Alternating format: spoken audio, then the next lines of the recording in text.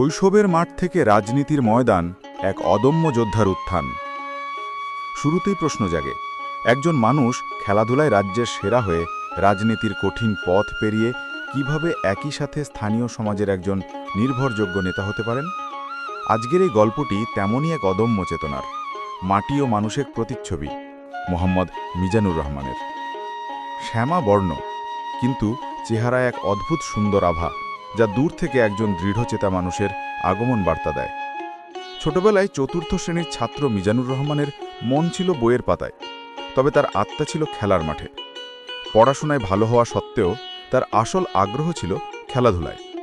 ফুটবলে তার নৈপুণ্য ছিল অপ্রতিদ্বন্দ্বী। অনেকেই তাকে ছোটবেলায় মিজান মেসি বলে ডাকতে শুরু করেছিল।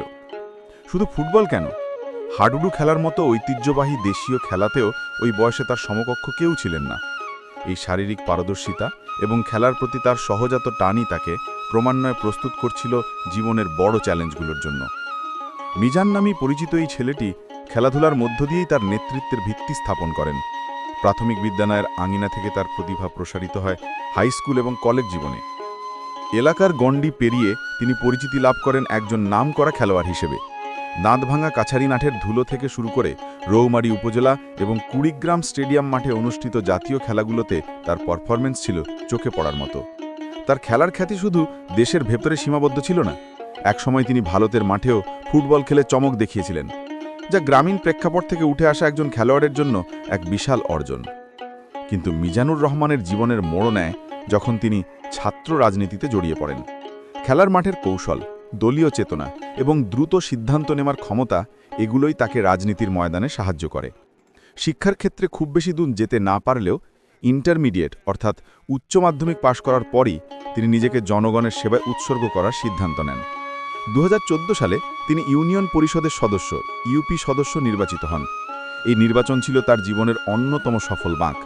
জনগণের আস্থা ও ভালোবাসা অর্জন করে তিনি পরপর দুবার এই পদে নির্বাচিত হন এবং 2025 সাল পর্যন্ত নিষ্ঠার সাথে দায়িত্ব পালন করে চলেছেন। একজন সাধারণ মানুষ থেকে স্থানীয় জনপ্রতিনিধি হিসেবে তার এই উত্থান বাংলাদেশের গ্রামীণ রাজনীতিতে একটি উজ্জ্বল উদাহরণ। মিজানুর রহমানের রাজনৈতিক জীবন শুরু হয় ছাত্র জীবন থেকেই। তিনি জড়িত ছিলেন বিএনপির রাজনীতির সাথে। ছাত্র রাজনীতিতে তিনি সাধারণ সম্পাদক এবং সভাপতির মতো গুরুত্বপূর্ণ পদে একাধিকবার নির্বাচিত হয়েছেন। এই দীর্ঘ রাজনৈতিক ও সামাজিক যাত্রাপথে কিছু ব্যর্থতা হয়তো এসেছে, কিন্তু তার অর্জনগুলোই বেশি উজ্জ্বল। বর্তমানে ইউপি সদস্যের পাশাপাশি তিনি বহু সামাজিক ও শিক্ষামূলক প্রতিষ্ঠানের সাথে যুক্ত। তিনি দাঁতভাঙা হাই স্কুল অ্যান্ড কলেজের গভর্নিং বডির সদস্য, ছাটকড়াইবাড়ি কেন্দ্রীয় কবরস্থান, ছাটকড়াইবাড়ি শিশু কল্যাণ প্রাথমিক বিদ্যালয় এবং ছাটকড়াইবাড়ি জামে মসজিদের সভাপতি পদে আসীন, যা প্রমাণ করে স্থানীয় সমাজ তাঁর প্রতি কতটা নির্ভরশীল। তার জীবনের সবচেয়ে উল্লেখযোগ্য এবং বিস্ময়কর অংশটি হল 2001 সালের বড়াইবাড়ি যুদ্ধে সরাসরি অংশগ্রহণ। সেই ভয়ঙ্কর সময়ে তিনি বাংলাদেশ বিডিআরের সহযোগী হিসেবে দেশের প্রতিরক্ষায় অংশ নেন। এই সাহসী ভূমিকা তাকে একজন বীর মুক্তিযোদ্ধা হিসেবে সম্মান এনে দেয়। দেশের জন্য নিজের জীবন বাজি রাখা এই ঘটনা তার সমস্ত অর্জনকে আরও মহিমান্বিত করে তোলে। তিনি বীর মুক্তিযোদ্ধা হিসেবে সনদ ও মেডেল পুরস্কারে ভূষিত হন, যা তার কর্মজীবনের মুকুটে এক বিরল পালক। মোহাম্মদ মিজানুর রহমান প্রমাণ করেছেন যে পিছিয়ে পড়া গ্রাম বা সীমিত সম্পদ কোনো কিছুই মানুষের অদম্য স্পৃহা ও কর্মপ্রচেষ্টার কাছে বাধা হতে পারে না।